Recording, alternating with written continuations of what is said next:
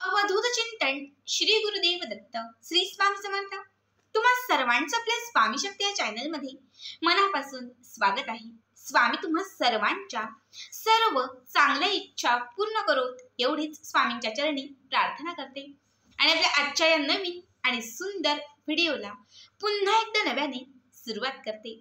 भक्तांनो, आजच्या या व्हिडिओमध्ये मी तुम्हाला बघा लॉ ऑफ अट्रॅक्शनचा एक अत्यंत प्रभावी आणि महत्त्वाचा उपाय सांगणार आहे. तुम्ही याला उपाय म्हणू शकतात किंवा मग सेवा म्हटलं तरीही चालेल.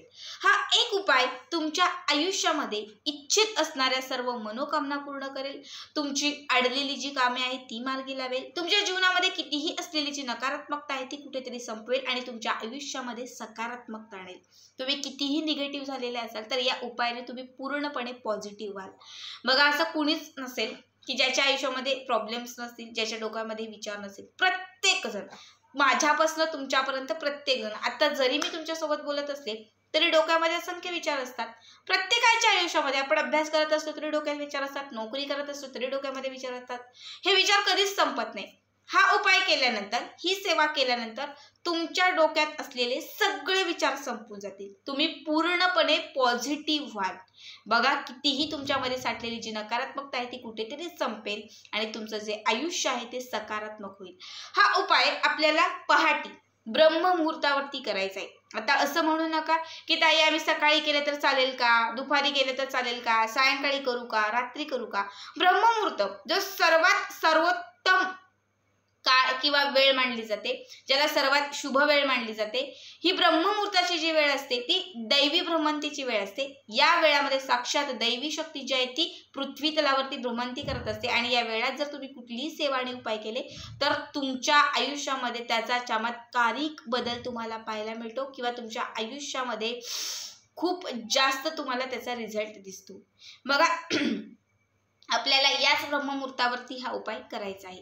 आता काय उपाय करायचा आहे, नक्की कुठली सेवा आहे, हे सगळं काही पुढे तुम्हाला सांगणार आहे. फक्त त्यासाठी आपला आजचा हा व्हिडिओ शेवटपर्यंत पहा आणि जे कोणी आपल्या चॅनलवरती नवीन असतील त्यांनी लगेचच आपल्या चॅनलला सबस्क्राईब करा. कारण तुम्ही आपल्या चॅनल सबस्क्राईब केल्यामुळे मी पुढचे जे काही व्हिडिओ बनवेन ते सर्वात आधी तुम्हा सर्वांपर्यंत पोहोचतील. बघा, आता सुरुवात करते आजच्या सर्वात महत्त्वाच्या या व्हिडिओला.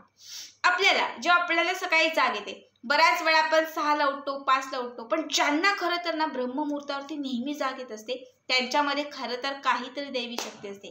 कारण असं कुणालाच या वेळात जाग येत नाही, दैवी शक्ती आपल्याला उठवते. जर या वेळात तुम्हाला जाग येत असेल तर तुम्ही उठा. उठून डोळे उघडून लगेच तुम्ही झोपू नका, त्या वेळात उठा. त्यावेळेस दैवतांचं किंवा तुम्ही ज्या गुरूंना म्हणता, ज्या देवांना म्हणता, ज्या तुमचं जे इष्टदैवत असेल त्यांचं स्मरण करा. बघा, आयुष्यात खूप खूप लाभ तुम्हाला होईल. ही पहिली गोष्ट झाली. आता आपल्याला काय करायचं या उपायासाठी. आता आपल्याला तर काय इतक्या वेळामध्ये जाग येईल असं नाही, प्रत्येकालाच या वेळात जाग येतं असं नाही. मग आपण काय करायचं, तर आपण अलाराम लावायचा. अलाराम लावून बरोबर त्याच वेळामध्ये आपल्याला उठायचं आहे. ठीक आहे. उठल्यानंतर सगळ्यात अगोदर दोनही हात एकमेकांच्या हातावरती म्हणजे घासायचे आहेत. संपूर्ण ऊर्जा जी आहे त्या ह्या हातांमध्ये निर्माण करायची आहे आणि संपूर्ण चेहऱ्यापासून आपल्याला शरीरभर हा हात पसरवायचा आहे, जेणेकरून जी सकारात्मकता या सकाळच्या वेळेत तयार झालेली आहे, जी ऊर्जा या हातांमध्ये आलेली आहे ती संपूर्ण शरीरामध्ये पसरून जाईल. ठीक आहे.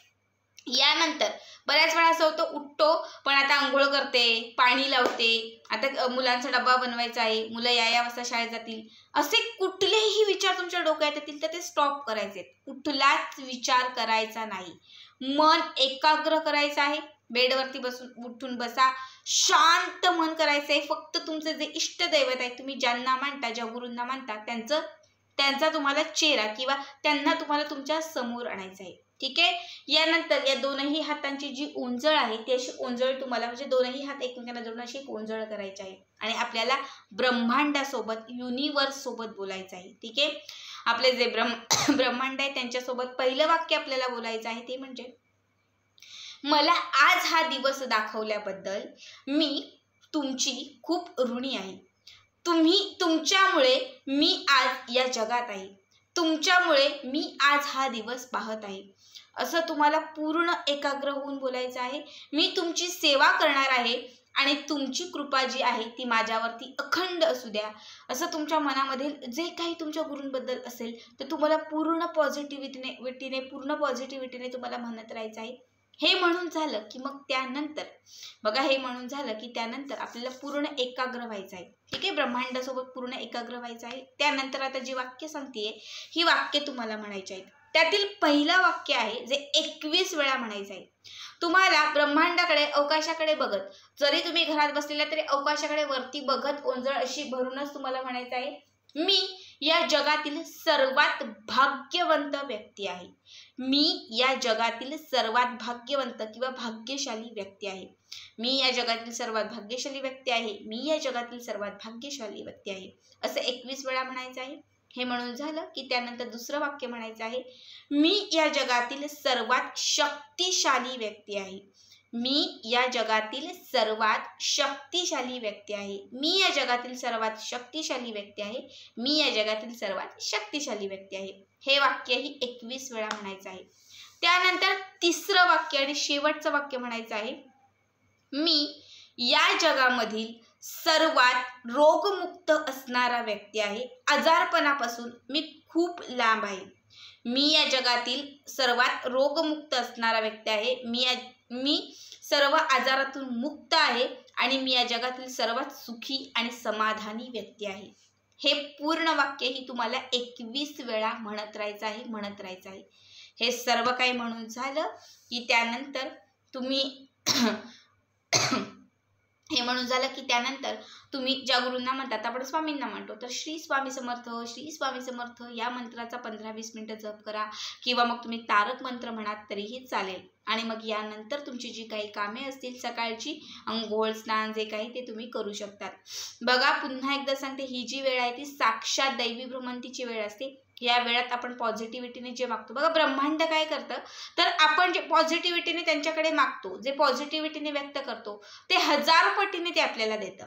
आपण जेवढं पॉझिटिव्हिटीने त्यांना सांगतो, मागतो, ते हजारो पटीने ब्रह्मांड हे आपल्याला देत असतं. आणि ब्रह्मांडाशी संवाद साधण्याचा, ब्रह्मांडासोबत बोलण्याचा किंवा ब्रह्मांडाकडून काही मागण्याचा जो सगळ्यात शुभ वेळ असतो तो हाच ब्रह्ममुहूर्त असतो.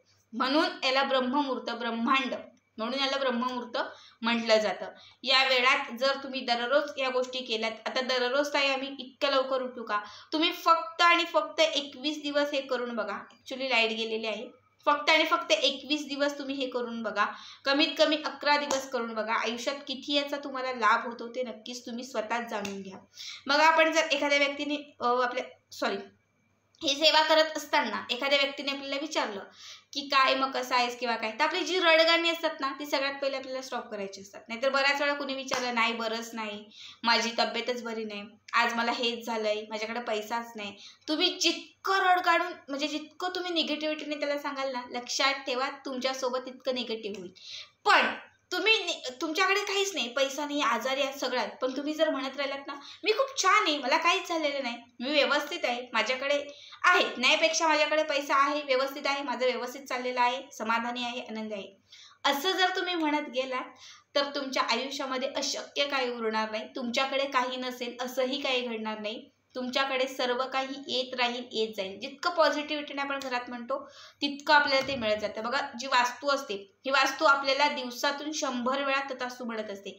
आणि जेव्हा जेव्हा आपण निगेटिव्ह म्हणत असतो, माझ्याकडे काहीच नाही, आणि त्यावेळी जर ते आपल्याला तथास्तु म्हणत गेली तर आपल्याकडे ती निगेटिव्हिटीच येत राहते. म्हणून शक्य तितकं आपल्या वास्तूमध्ये पॉझिटिव्ह म्हणा, जेणेकरून आपल्यासोबत सगळं काही पॉझिटिव्ह होत राहील. अत्यंत साधं सोपं सांगितलेलं आहे. आजचा हा व्हिडिओ कसा वाटला कमेंट करा आणि पुढचे व्हिडिओ पाहण्यासाठी चॅनलला सबस्क्राईब करा.